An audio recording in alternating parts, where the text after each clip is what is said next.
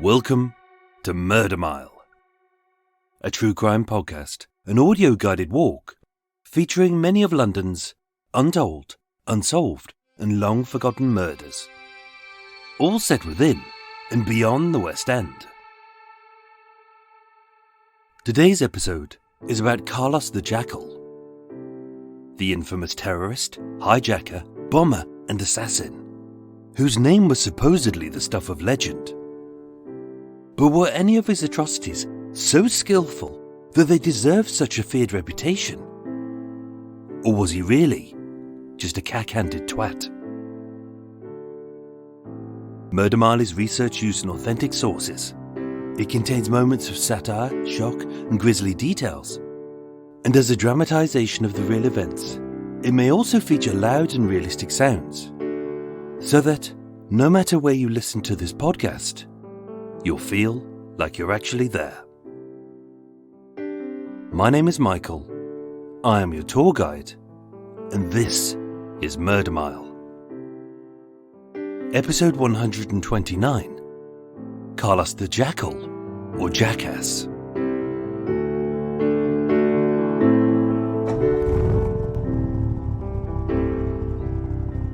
Today, I'm standing on Queen's Grove in St John's Wood, NW1, 3 streets north of the elementary murder of William Raven, 2 streets west of the home of the fallen police hero Jack Avery, 4 streets northwest of the severed torso of Hannah Brown, and a few bus stops north from possibly one of the first unsolved murders by the Blackout Ripper. Coming soon to Murder Mile. Situated north of Regent's Park, Queen's Grove is posh. Very posh. With the average house priced at £3.2 million, and with some selling upwards of 8.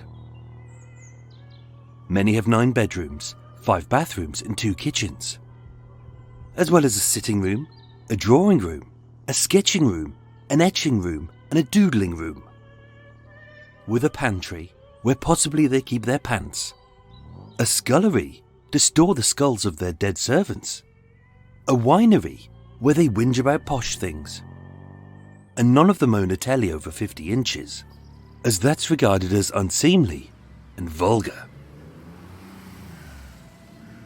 As a very quiet and private street, far from anything as uncouth as a corner shop or a vape emporium, this is not the sort of area you might see youths playing footy, unsavoury types imbibing a reefer, or even spot a set of Ugg boots.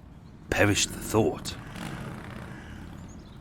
That said, scandal does happen here, whether affairs with the nanny, an occasional dead butler, or £1 billion siphoned off to Bermuda. But it doesn't seem like the kind of place where a terrorist would cut his teeth.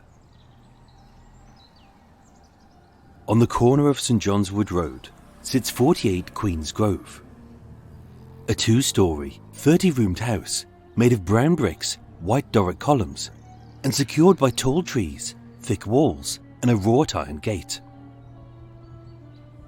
Since the 1950s, this was the family home of Joseph Edward Seif. As a beloved businessman and a heartfelt humanitarian, Teddy was a good man who dedicated his life to helping others and asked for nothing in return. Not money, not a name, nor anything as crass as celebrity or fame. And yet, having been placed on a terrorist kill list, his life was spared by the incompetence of his would-be killer. As it was here, on Sunday the 30th of December 1973, that Carlos the Jackal would attempt his first murder, only to balls it up, as he always would.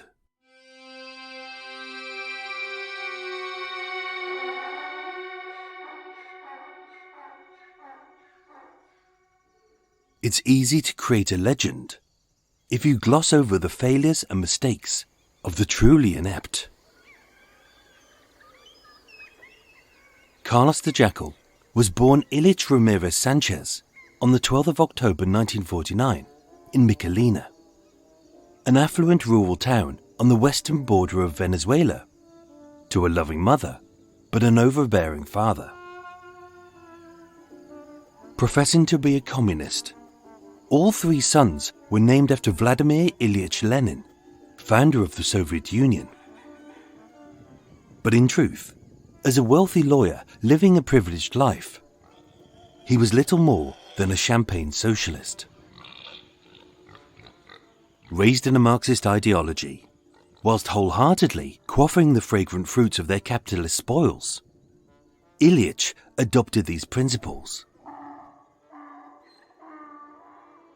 Age 10, when this little boy should have been climbing trees, Ilyich joined the Venezuelan Communist Party. Age 15, he organized anti-government demonstrations for the Venezuelan Communist Youth League. Age 17, he attended the Tricontinental Conference in Havana and was allegedly trained in guerrilla combat tactics at Camp Matanzas. And although the Cold War would creep closer to Armageddon, a greater conflict was fought closer to home.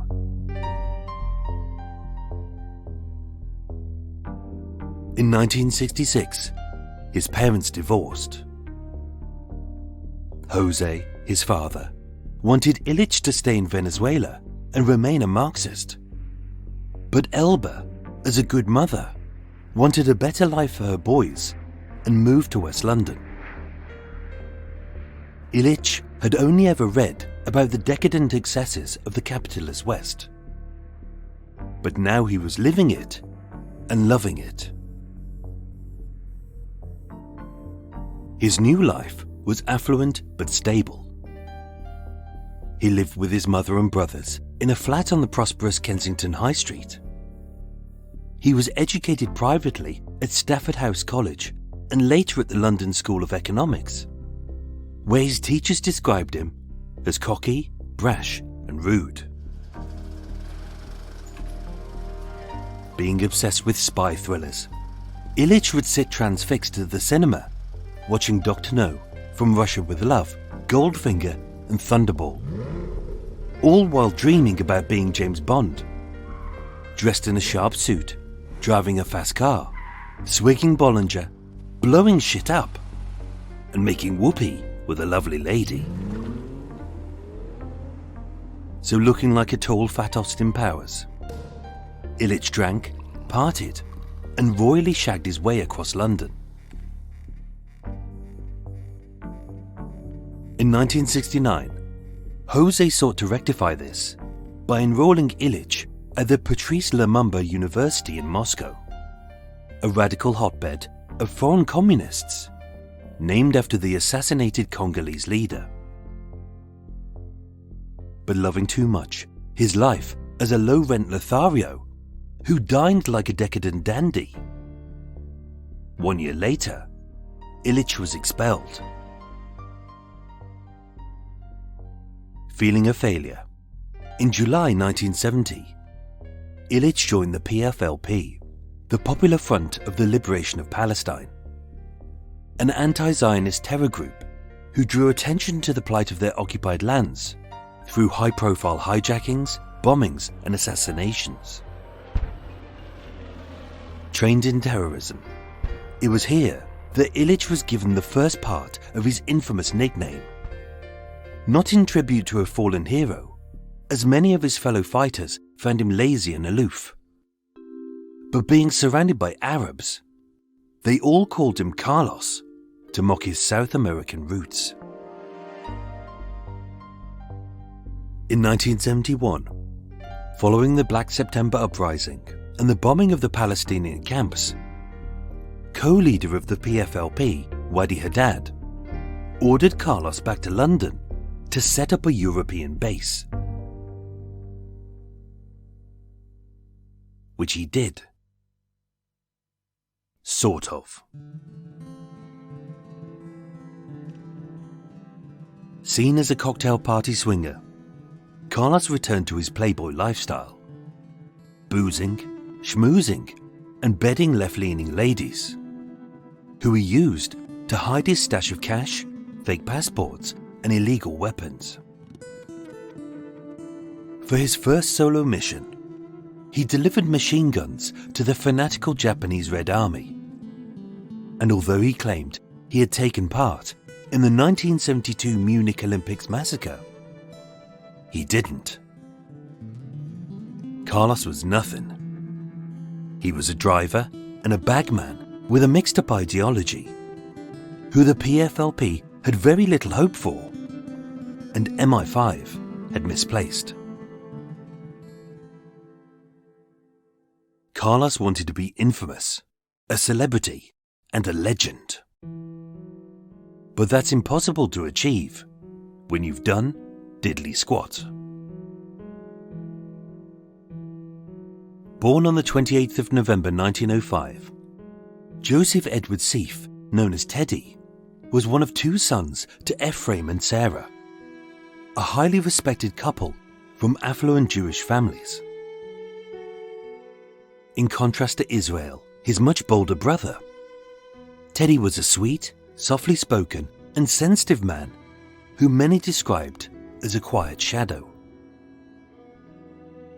Educated at the prestigious Manchester Grammar School, alongside his brother, he befriended Simon Marx, son of the co-founder of Marks & Spencer's, and the three went into business together. In 1933, Teddy played a key role as the store's merchandise developer. But he never let his wealth, class, or seniority dictate how he spoke to those below him. As in keeping with the founder's motto, if a canteen is good enough for the staff, it's good enough for the bosses. Even as he was promoted to company chairman, the staff would always love and respect him. In 1952, he met Lois Ross. That same year they married. They had a son. And 2 years later, the family moved into the affluence of a well-protected home at 48 Queen's Grove. By 1972, age 67, with a mop of white hair, his voice like a polite whisper, and his sweet face softened further by a set of owl-like glasses, this quiet shadow had earned his retirement. Teddy always had a big heart and deep pockets. Not because he felt he had to, but because he cared. Following surgery in 1966, he donated £50,000 to aid the renovation of the hospital's wing. He personally thanked every nurse and matron. And as an extra thank you to these NHS heroes, he gave them 2 weeks' salary each out of his own pocket. But this was not an uncommon act of generosity for Teddy, who always thought of others before himself.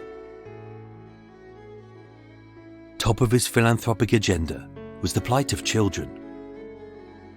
Using his influence, he helped to build primary schools, develop educational programs, and support humanitarian causes, especially in the volatility of the Middle East, as when wars erupt, it's always the young who are affected the most. As a Jew who strived to fight anti-Semitism his whole life, this quiet shadow gave a powerful voice to the poor and the helpless.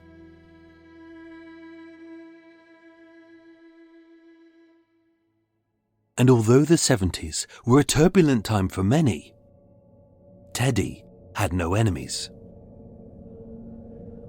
Or so he thought. 1973 was a year of violence. With the eruption of the Arab-Israeli war, world trade slowed to a crawl by an oil embargo, and miles from the hotly contested promised land of Israel, cities were crippled in fear as terrorist groups like the PFLP launched hijackings, bombings and assassinations. In October 1973, Sir John Cohen, founder of the Tesco's empire, had warned Teddy that he was one of 30 prominent Jewish businessmen who were on a death list of the PFLP. Scotland Yard were notified. Tensions were high, and every possible target was on the lookout for suspicious packages. As that month alone, 3 booby-trapped firebombs had exploded outside of several Marks & Spencer stores. Terrorism was the hot topic on everybody's lips. And with the newspapers baying for a James Bond-style assassin who was suave, daring and brave, Carlos was eager to be seen as a celebrity terrorist. The problem was, he was inept.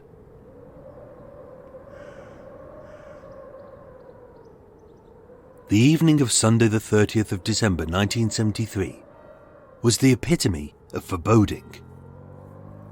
As a bitter icy wind howled and whipped dead leaves down the desolate streets of St. John's Wood.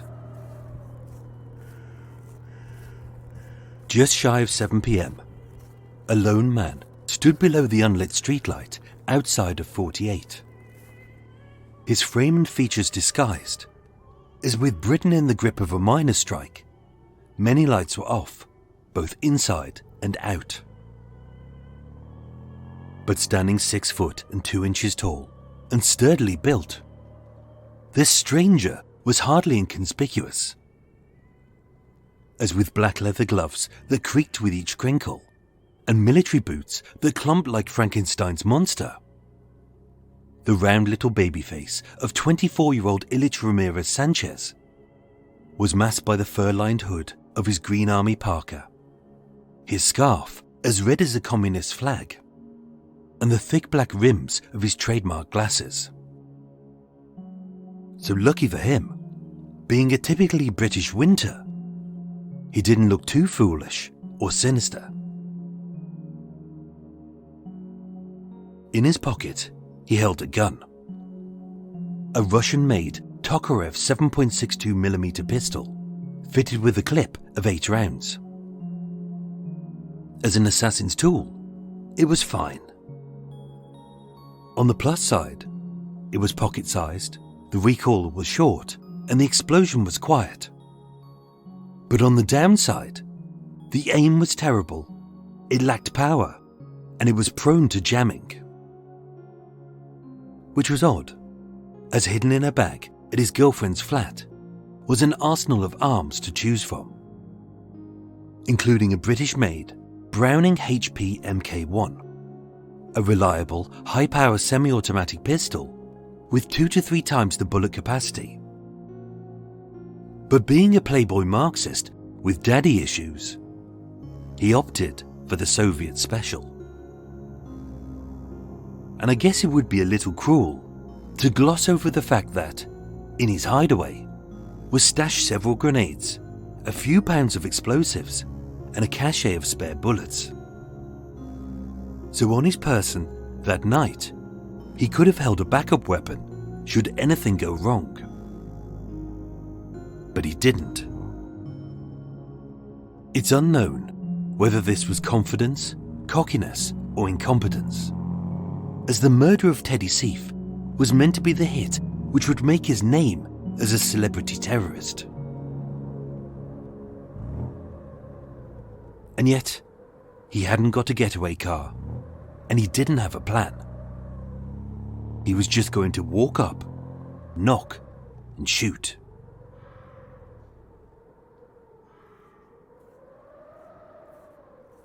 At 7 p.m. precisely, Carlos pulled open the black wrought iron gate of 48 Queen's Grove, walked up the short unlit path to the Georgian mansion, and to the right of the black front door, he rang the doorbell. With a loaded pistol clutched in his fist, this would be an easy hit, as unlike many other prominent Jews on the PFLP's death list, his target had declined a police guard. He was clearly in, and being a big-hearted philanthropist and a man of the people, strangers were always welcome at his door. But that was Carlos's first mistake.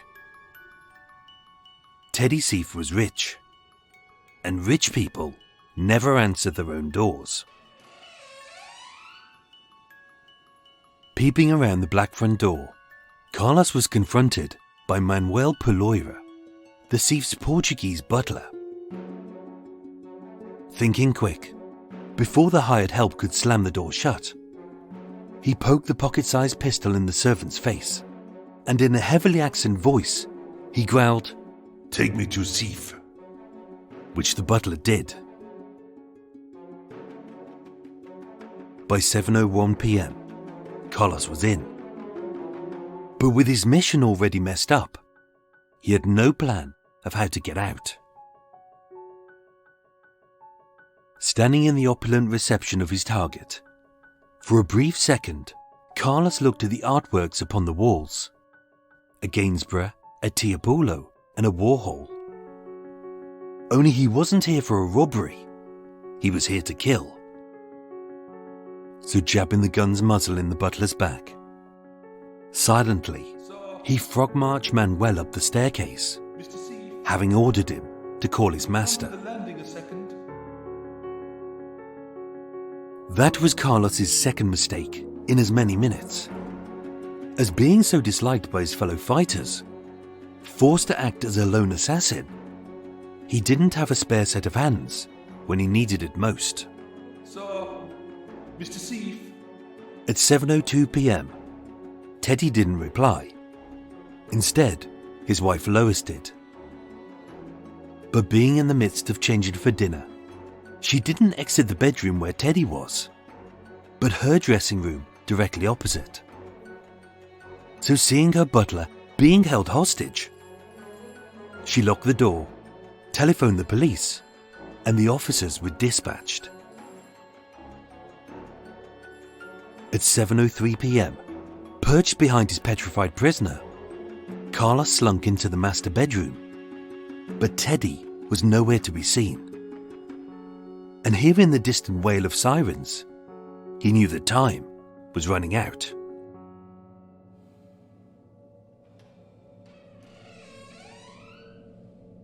So as the door to the ensuite bathroom opened, the two men came face to face.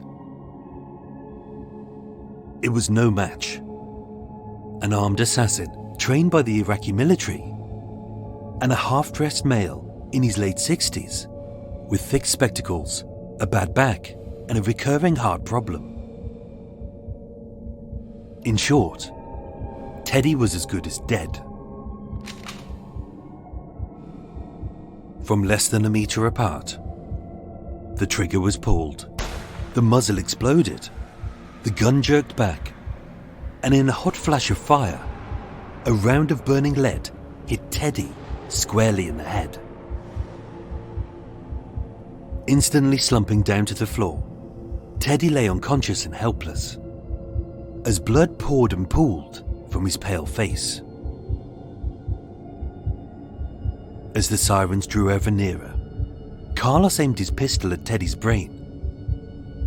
One last shot to finish off his target forever, and having cemented his place in infamy, the celebrity of Carlos the Jackal would be born. But as it often did, the gun jammed. And with no backup, no spare bullets, and no time to unclog the chamber, by 7:04 p.m, Carlos had fled through the back door, just as the squad car had arrived. It wasn't perfect, but he was in and out in less than 4 minutes. His identity was hidden, and his target was dead.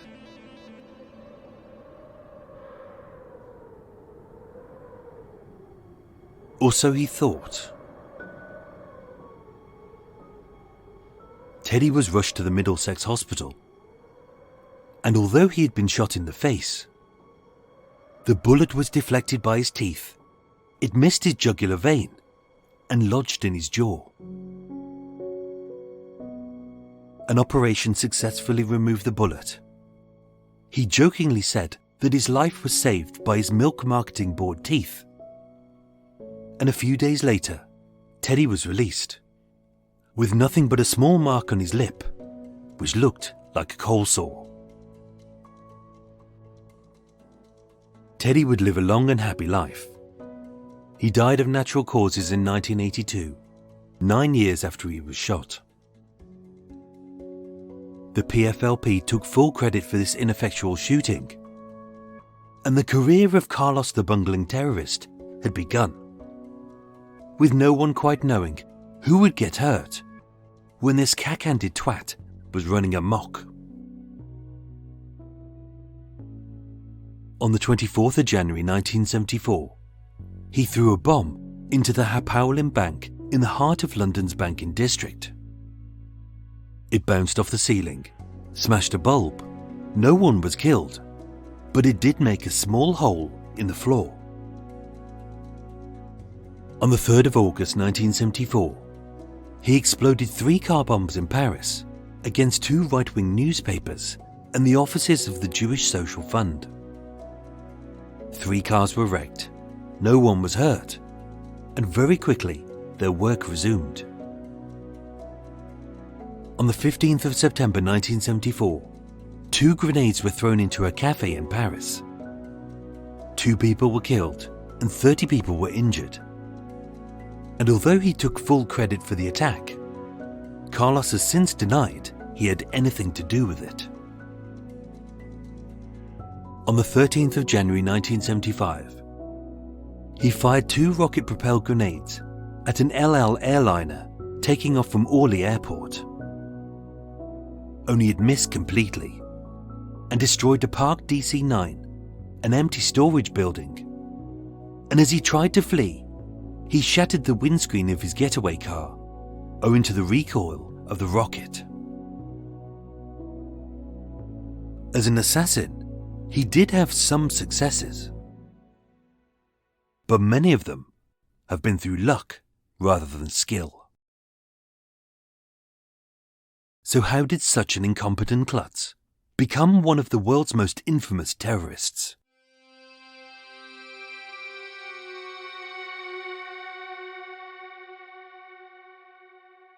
Simple. He was the right man in the right place at the right time. Terrorism was hot, spy thrillers were all the rage, and the press wanted a suave, dangerous playboy who, unlike James Bond, was real. On the 1st of July 1975, a bag belonging to Ilich Ramirez Sanchez was found hidden in the top floor flat of his friend Angela Otiola. Inside, police discovered several passports under 6 aliases, a consignment of C4 explosives, 3 guns, including the pistol used to shoot Teddy, and the death list of the prominent Jews. For the press, this was front-page stuff.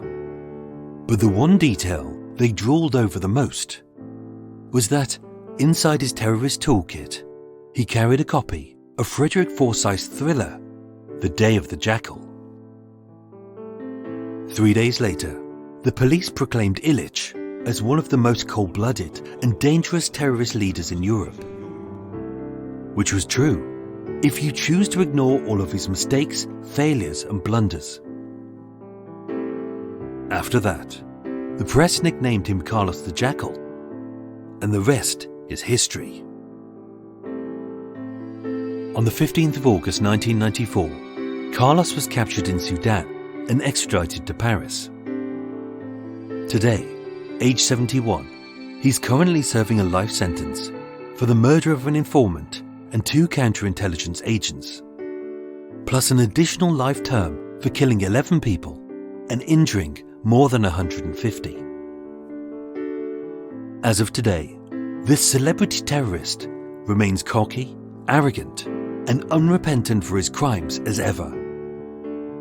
And he has never been charged for the shooting of Teddy Seif. So ask yourself this: is he really Carlos the Jackal? Or is he Carlos the Jackass?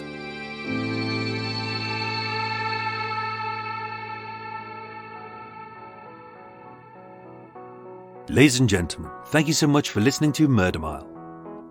If you enjoyed that, there's at least half an hour of tea drinking and utter waffle after the break.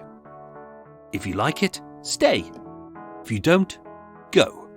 It's not for everyone, hence it's an extra part of the podcast.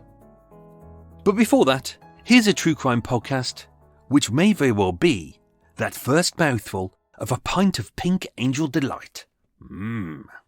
Hello my lovelies, my name is Chantel and I'm the host over at Lady Justice True Crime.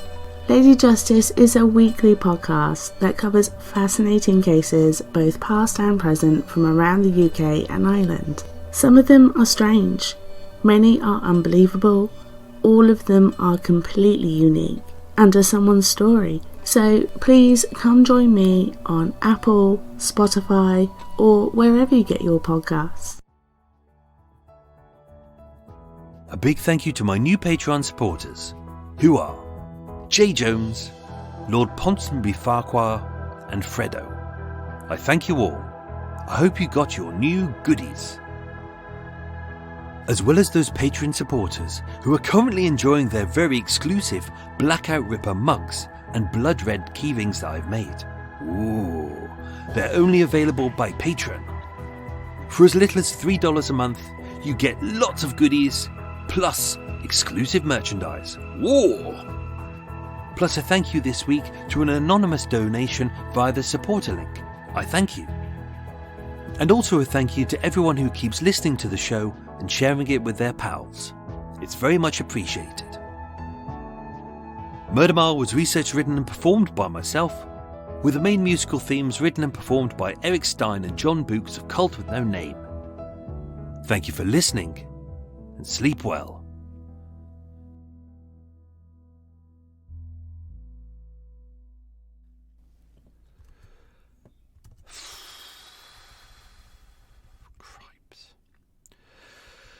Good. Oh, you annoying little bastard. Oh, hello everyone. Welcome to Extra Mile. Oh, you're not the annoying bastard. It's my chair. It's been... Every time I move, it makes a little creaking sound. All of it creaks, and normally it doesn't, but today it's making mega creaks. Right, I'm just going to get rid of... Oh, there we go. Going to get rid of the pillows that are behind my curtains behind me, because... got a duck that's out on the waterway, and it's being a real pain in the arse today. It's one of these ducks that's like rah rah rah rah rah. It does that for hours, and it's just like, you're a sad little fucker. Just go and get a life. Go and get a job. And he's like, no, I want to shag. Rah rah rah rah. Annoying little bastard that he is.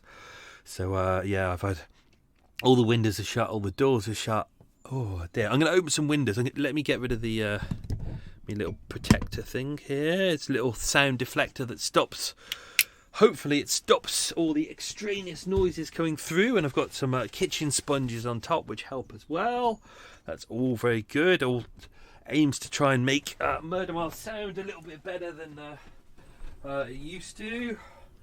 Gonna put on my tea. Oh dear. Oh, sitting in the wrong position for too long. Yow. What are we gonna have? Tea or coffee? Let's go tea. Wow, my life is exciting. Whoa.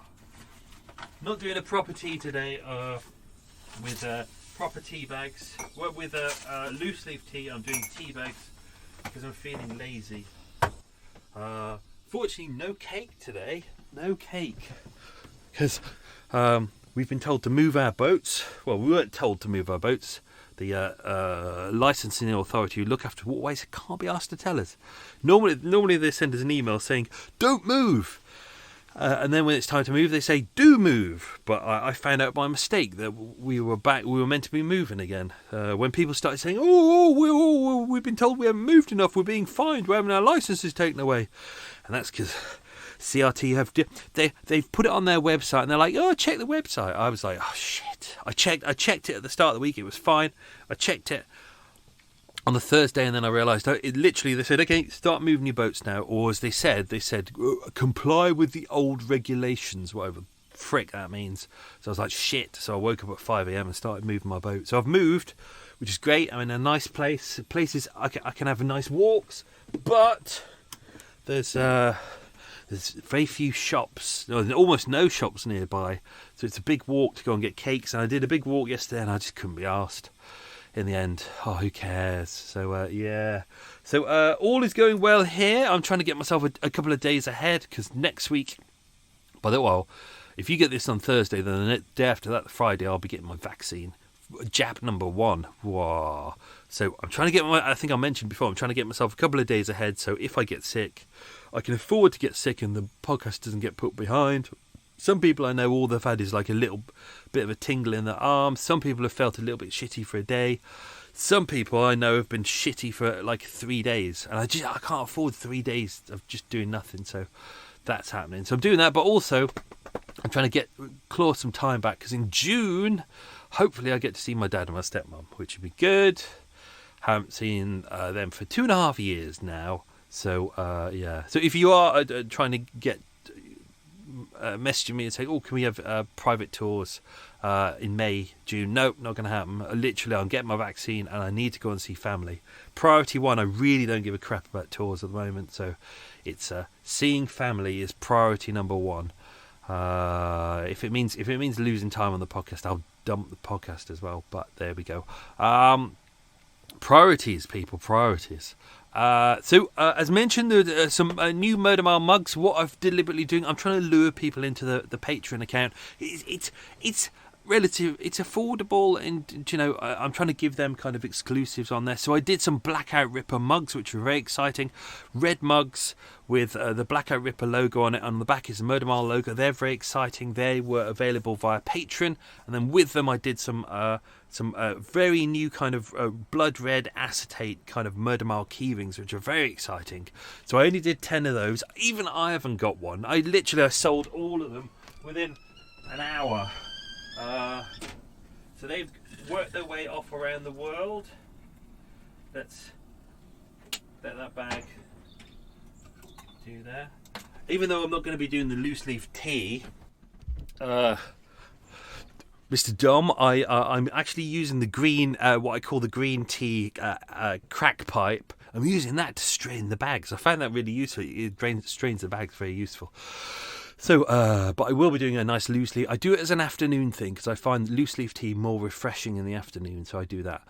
So the Blackout Ripper mugs went really quickly. I'll probably make some more. I find that the ones on Threadless aren't particularly that good. They're impossible for me to edit, and also, I don't make much off it, and I don't make much off the mugs anyway. But the Blackout Ripper mugs, I don't really have space on the boat, and also I'm miles away, so it's a real pain in the ass. Like I literally have to, if I get 20 mugs, I have to fill up 2 rucksacks and have 2 side bags, and I have to carry them all the way back, and it's a real pain in the ass, and I've got nowhere to store them as well, and then you've got to get to the post office, so they're a real pain, which is why there's only 10 mugs each go. So did the Blackout Ripper mugs, they went well, they've gone off, and I've just made, he's going to be very excited about this, I made some Police Constable Arsenal Guinness mugs. There we go, you can drink your Guinness out of them. So I've made some PCAG mugs, which is good, and I've made some Ridge Christie mugs as well. So they're going to be available.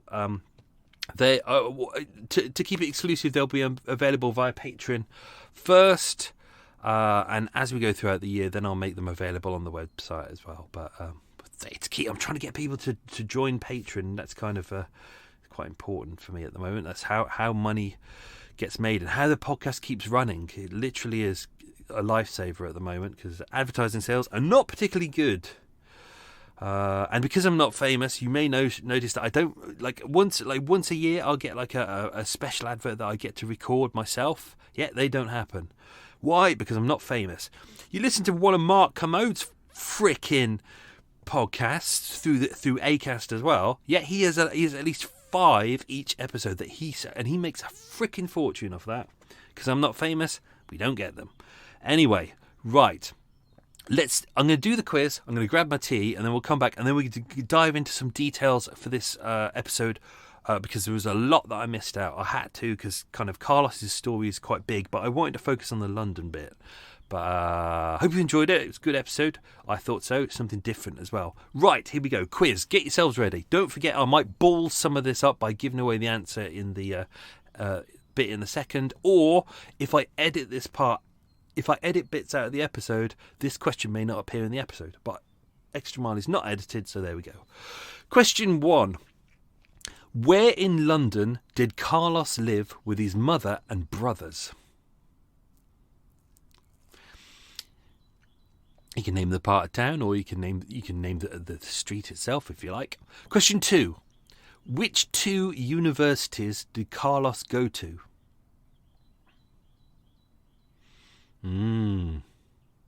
Question 3. Carlos's first name was Ilyich. But what were his 2 brothers' names? Ooh. Oh, some difficult questions this week. Question 4. What was Teddy's nickname? That's quite an easy one. This chair is still making a nasty creaking sound. Question 5. What did Teddy say saved his life? Question 6. Which infamous terrorist attack did Carlos claim that he was part of, but he wasn't? Question 7. Who wrote the novel The Day of the Jackal? Question 8. Teddy had 2 wives. Name them. Question 9. Where did Teddy's butler come from? I mean, this is where we all get our butlers from, isn't it? Question 10. Why was he known as Carlos? Right, good. They're the questions. We'll do the answers very shortly. Let me go and grab my tea. Tea and no cake, no biscuits. Although, there is a Wenzel's nearby. Oh, Wenzel's. I was, hang on. Where's my tea bag gone? Oh, it fell out. Oh, there we go. That's the excitement for the day. Whoa, Michael's tea bag fell out. I was at a Wenzel's. I went past a Wenzel's. I was having a big walk, and I went past a Wenzel's bakery. And I walked in. I was like, "Oh, they do really nice Belgian buns. Not as good as Griselda's over in Stamford Hill, but a close second." And I walked in there, and I went, "Oh yeah, can I have 2 Belgian buns, please? And I'll have a coffee as well." And there's a guy next to me, and he'd ordered his stuff, and then he went, "Oh, yeah, can I have 2 Belgian buns as well?" I was like, "Oh, they lure you in, don't they?" And he was like, "Oh, I'm trying to be on a diet." But I was like, "You can't be on a diet when you're near a Wenzel's bakery." Wenzel's bakery.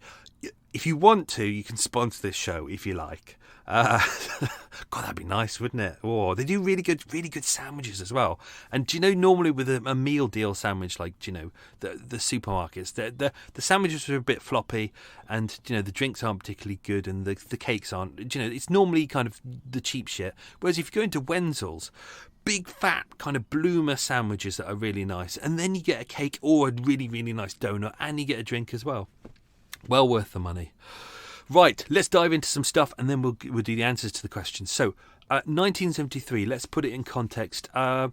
This was a time in the era where bags really weren't being checked going through airports. So if you're wondering how he was kind of smuggling guns and explosives into the country, this was prior to the kind of era of airport terrorism. So your bags weren't being checked as they're going into the airport. When you go there, someone doesn't go, "Did you pack this bag yourself? Or do you check this list? Is there anything on there that you're not allowed?"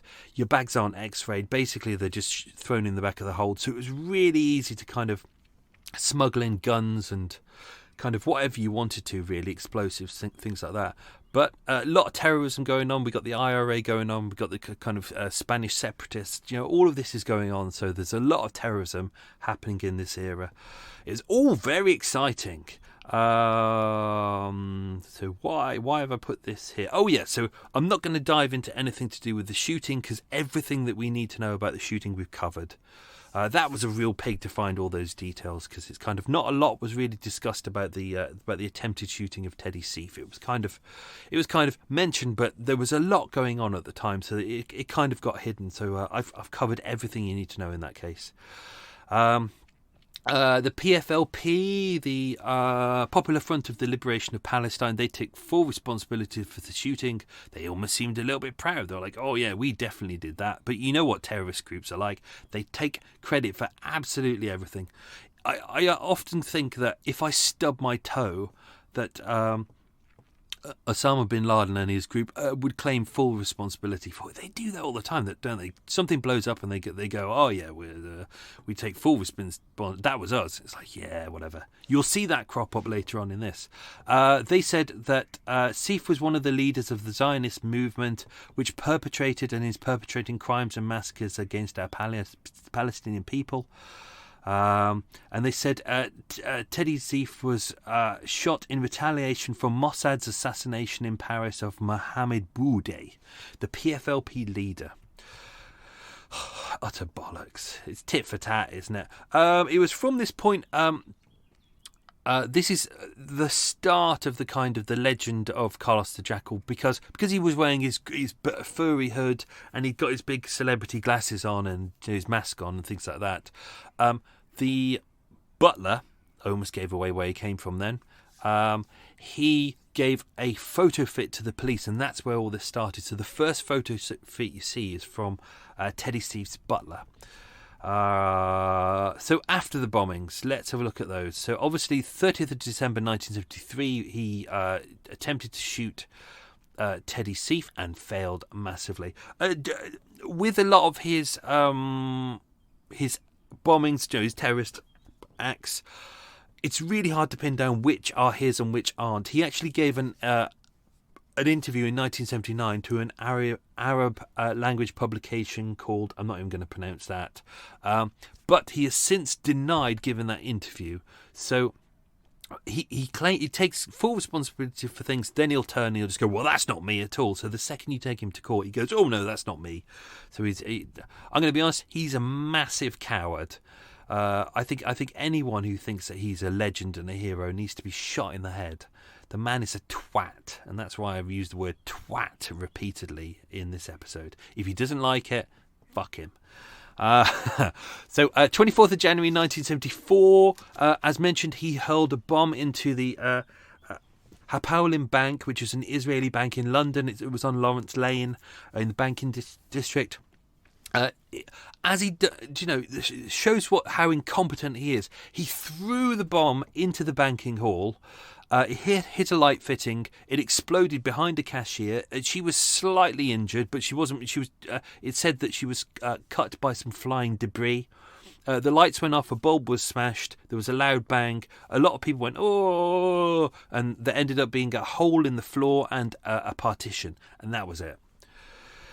I know people say terrorist. I mean, he is good at causing terror. If your idea of terror is making people scream, but he's really incompetent. If you look at the way he did that, he basically just lobbed it into a bank, and this is the way he acts. It's incompetence throughout. People go, oh, look, he killed 4 people there. Yeah, Jesus Christ. Anyone can kill 4 people. You can get in your car tonight, drive it down the road, and you could run over 15, 20 people in a row, and no one will say, wow, you're great, aren't you? Everyone will just go, you're a shit driver. Yet he relishes this kind of shit. We mentioned a few others in there. Obviously, the car bomb attacks against the newspapers, that was the PFLP, as always, claimed responsibility for it. There was a little bit of damage to the offices, but within the day, they were back up and running again. What else was there? We've got this is still going on even today. So the 2 hand grenades thrown into the drugstore in Paris, the cafe. Again, as you can see here, hand grenades, which are pretty kind of lazy weapons. They explode and they might cause some damage, but it's mostly shrapnel. They were lobbed in. So 2 people injured, 2 people killed, 30 injured. This is one of those ones where he said, oh, it wasn't anything to do with me, but sometimes he does like to claim that it is his as well. So it's a real odd one, that one. Where's the interesting one? Here we go. 13th of January 1975. So this is literally a year after the shooting of Teddy Seif. I took out his colleague in this because sometimes it's wrong to kind of add in an extra person who you don't need to know in a story so late in the game. 13th of January 1975 at Orly Airport, Carlos and his colleague Johannes Weinrich, they fired 2 RPGs at an El Al aircraft. Just as it was taking off, it missed. It hit. It says on here an administration building, but it was actually a kind of an empty storage building, and it hit a DC-9, which was a Yugoslavian plane that was parked up. No one was on it, so everyone was okay. It was lucky, actually, because the Israeli flight had 136 passengers on it. It was just taking off to go to New York, but they entirely missed it. Police said a Yugoslavian steward, a French guard, and a French worker were slightly injured, but that was it. Which is amazing, considering they've got fucking rocket-propelled grenades. It's like, that is maximum casualty damage. And what do? They hit an empty building and an empty plane. Absolute twats. If Carlos the Jackal decides, I'm going to take Michael to court over this, I will accept that, because then we will have to go to court and he will have to prove that he's not a twat. I would spend all of my money just to sit there and have the courts go, right, prove that you're not an incompetent twat. That would take a long time to go through that case. Where was it? Yeah. So, sorry, I'm trying to find the bit that I was looking for.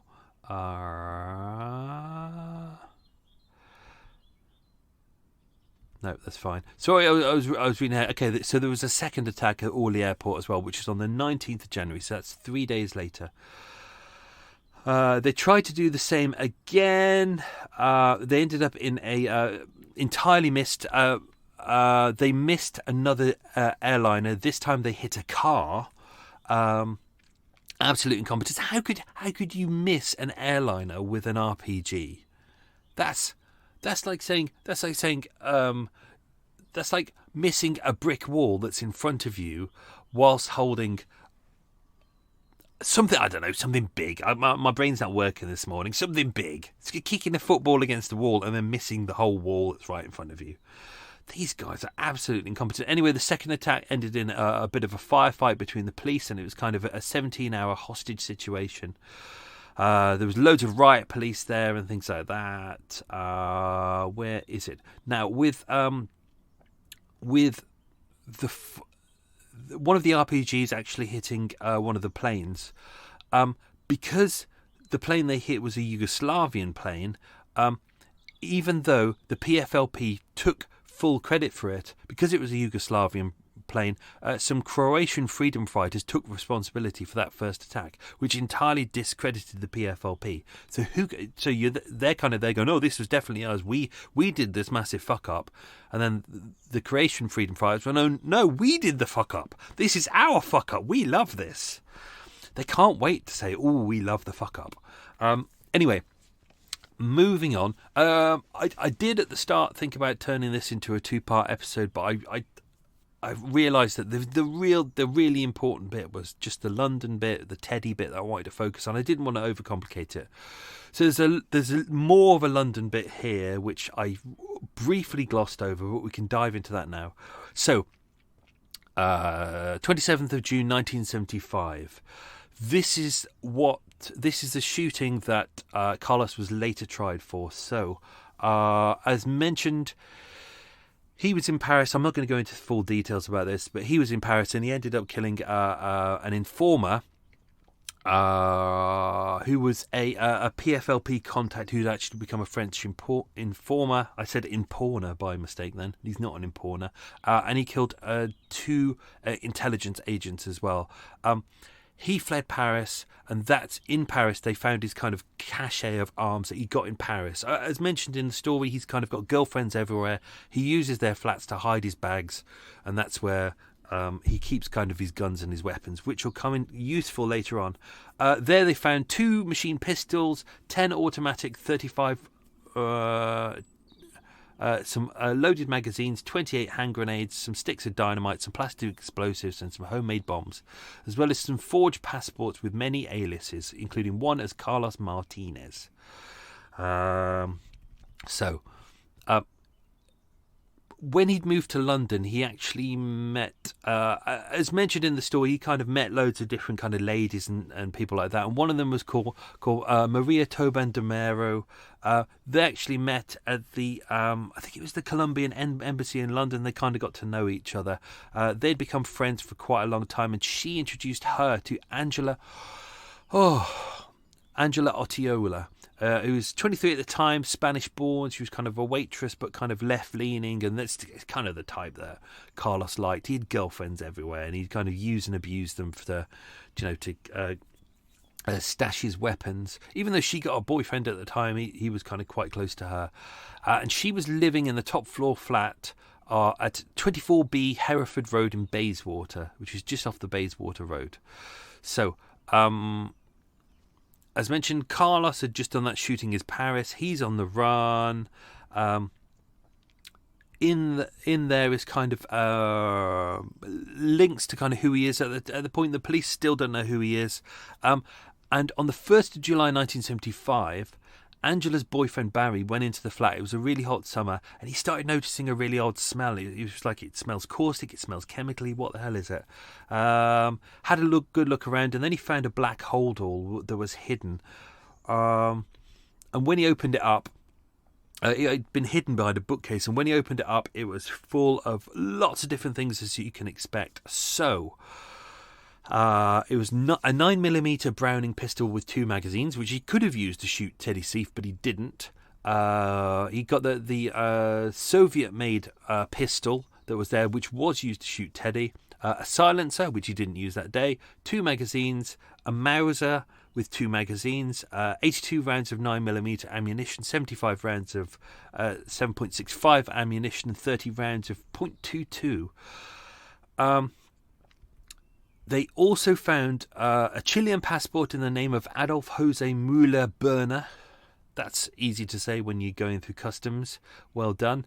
And 3 stamps which could be used for placing British entry on each passport. He had 6 aliases. He had a Kuwaiti driving licence and another passport in the name of Hector Hugo Dupont. As mentioned, they also found the death list of the prominent British Jews, which included Lord and Lady Harewood, the Earl of Drogheda, who cares? Lady Elliot of Harewood, that was already on there. Bernard Delfont, who's the theatre impresario. Norman Delmar, the conductor.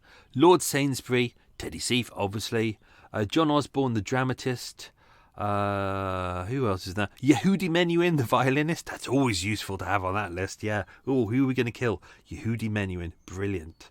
There was loads of different names. There's at least 30 different names on there, but that's what they found in there. And they also found a copy of Day of the Jackal, which is the second part of how he got his name. So everyone does think that he's called the Jackal because he's like a jackal and he creeps around and he's always savage. He's not. It's tenuous links. Why he was called Carlos and why he was called the Jackal, all tenuous. But it's what the press wanted. They were looking for this kind of bullshit. They wanted kind of a name to pin everything on, and they're like, oh, this is exciting. We can call him... It's the same as Jack the Ripper. Jack the Ripper, Carlos the Jackal. There's very little difference. It's just a name that the press jumped on. They went, fantastic, we'll have that. Hence... Ever since then, lots of murderers get called the Ripper. Lots of terrorists get called the Jackal.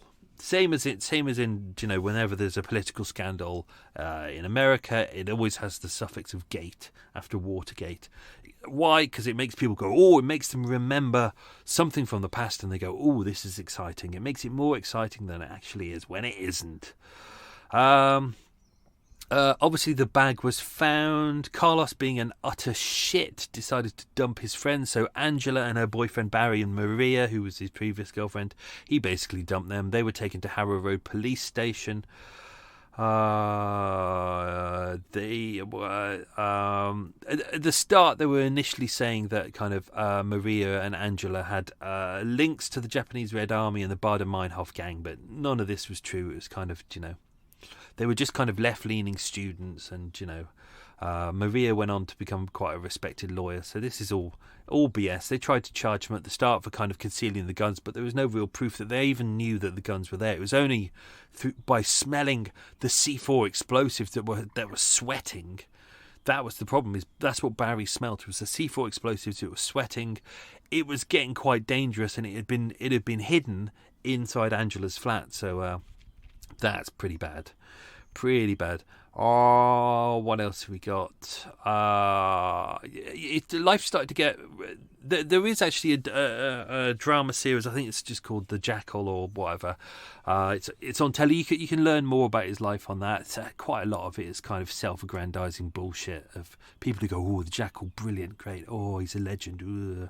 All that kind of shit. But if you accept him for the kind of the turd that he is, the kind of celebrity-focused turd who basically flits between different groups, that's what happened. It got to a point in his life where kind of 1970s onwards where he'd fucked off so many people, like so many terrorist groups who basically, if you're a terrorist group, the idea is that you are not important, your mission is important, your kind of ethos is important, what the terrorist group is about. If you're looking to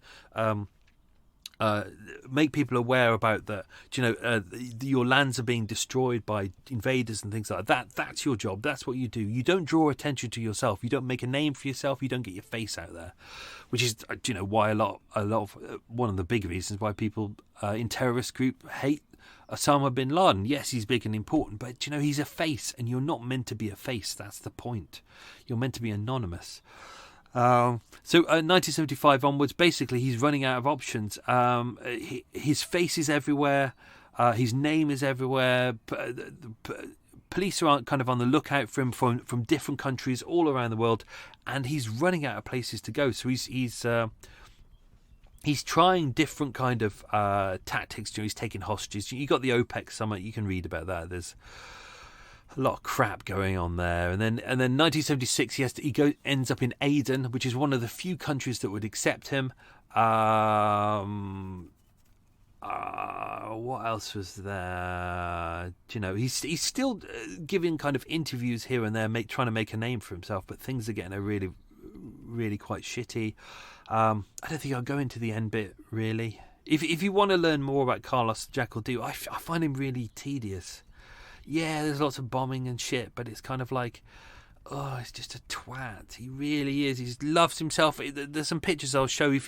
There's a 3-part picture that you can show online, which shows Carlos the Jackal, and it shows his photo fit, then 2 later photos, and in every photo you want to punch him in the face. He's got that arrogant look on his face like, oh, aren't I great? And it's like, no, you're not. You're just a twat with daddy issues who basically is like, oh, daddy, please love me.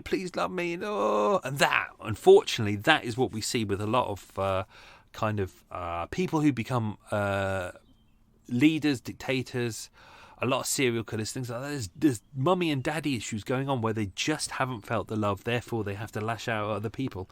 And I think Carlos is a prime example that if his daddy, instead of going, you're going to do this, you're going to do that, you will, he probably would have ended up as a nicer guy. He's clearly got some intelligence about him, so he probably could have gone on to have done something different and interesting, but he didn't. He decided to become a twat. Yes, I will add the word twat in as many times as I can. The French Interior Minister said that Carlos was responsible for the killing of at least 83 people, 15 in Paris. Scotland Yard detectives had travelled to Paris to interview Carlos about the shooting of Teddy Seif. Britain has failed to request his extradition.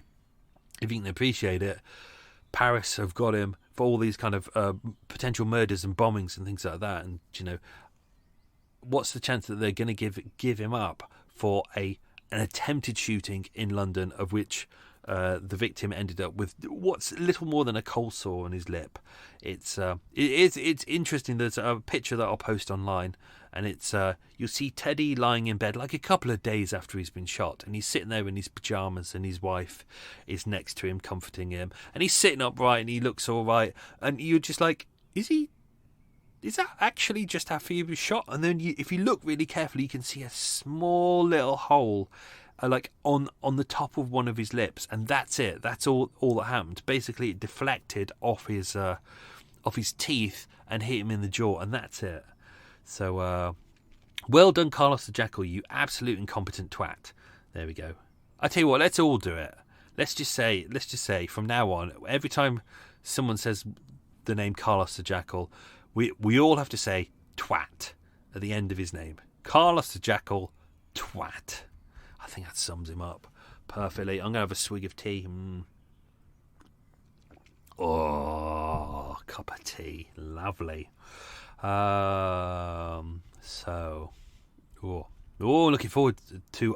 just to say, if Neil Orange Peel is listening to this, I will be coming up to our old neck of the woods, start of June. I've had a word with Mr. Harris. I'm coming up to see my dad and my stepmom, but hopefully we'll all meet up with Jace for a couple of beers. Socially distanced, obviously, so if you're free, we'll do our meet-up. Right, quiz time. Let's go through the answers. Question number 1. Where in London did Carlos live with his mother and brothers? The answer was Kensington High Street. Ooh, very posh. Question number 2. Which 2 universities did Carlos go to? Albeit briefly. The first one was the London School of Economics, and the second was the Patrice Lumumba University in Moscow. You can really see a difference there between his mum and his dad, can't you? His mum sent him to LSE, and his dad sent him to Patrice Lumumba University. Great. Well done, Daddy. Question 3. Carlos's first name was Ilyich, but what were his 2 brothers' names? They were, good South American names, Vladimir and Lenin. Well done, Dad. Oh, you're doing a bang-up job there, aren't you? Well done. As they were all named after Vladimir Ilyich Lenin. Although, if you look at it, Carlos's name of Ilyich is spelt incorrectly. It's not spelt the same as Vladimir Ilyich Lenin. Question number 4. What was Teddy's nickname? He was the Quiet Shadow. It's nice. There's some nice pictures online of Teddy. It's hard to get them because when you type in Seif, you tend to get his brother's picture, or you get Marcus, who is Israel's son. But I'll post them online. Instantly, when you look at Carlos the Jackal, you think twat, because he is a twat. But when you look at Teddy, instantly you think, what a lovely man. He looks like a lovely man. And then when you learn about his life, you go, he is, isn't he? He's a lovely man. Question 5. What did Teddy say saved his life? He referred to them as his milk marketing board teeth. As around that time, there used to be loads of adverts about encouraging people to drink milk because it makes your teeth nice and strong. One of the things that did actually save his life was that his wife ran into the room, and even though Teddy was shot in the face, if you cut your face or your head, because the capillaries are quite close to the top of the skin, you tend to bleed a lot. And because he'd been shot in the mouth, a lot of the blood was going into his mouth. So his wife actually turned him over onto his face, so therefore he didn't choke on his blood. So actually it was her as well who actually saved his life. Question 6. Which infamous terrorist attack did Carlos claim he was part of, but wasn't? That's the 1972 Munich Olympics massacre. Like all terrorists, it's the same as gangsters as well. They take full credit for things that are a success. But in this case, as we see with some of these bellends and twats, they just take credit for any old shit. They really do. Question 7. Who wrote the novel Day of the Jackal? It was Frederick Forsyth. See, I can say it there. I struggled to say Frederick Forsyth's thriller Day of the Jackal. I struggled to say that shit in this bloody episode. The film Day of the Jackal, the original one, came out in 1973. So this is the same year as the shooting of Teddy Seif. Question 8. Teddy had 2 wives. Name them. See, I did good. I didn't spoil it. His second wife was Lois, and his first wife was Maisie. Question 9. Where did Teddy's butler come from? He was from Portugal. And question 10. Why was Carlos known as Carlos? Because the Arab guerrilla fighters wanted to mock his South American roots, and they couldn't think of another name. Geniuses. So they opted for Carlos. There we go. Good. That's all done. That was a long thingamajig, extra mile. Sorry about that. We had a lot to get through anyway. Cool. Okay, that's done. We'll be back next week. Have yourself a good week. Stay safe. Be good. Lots of love. Bye-bye.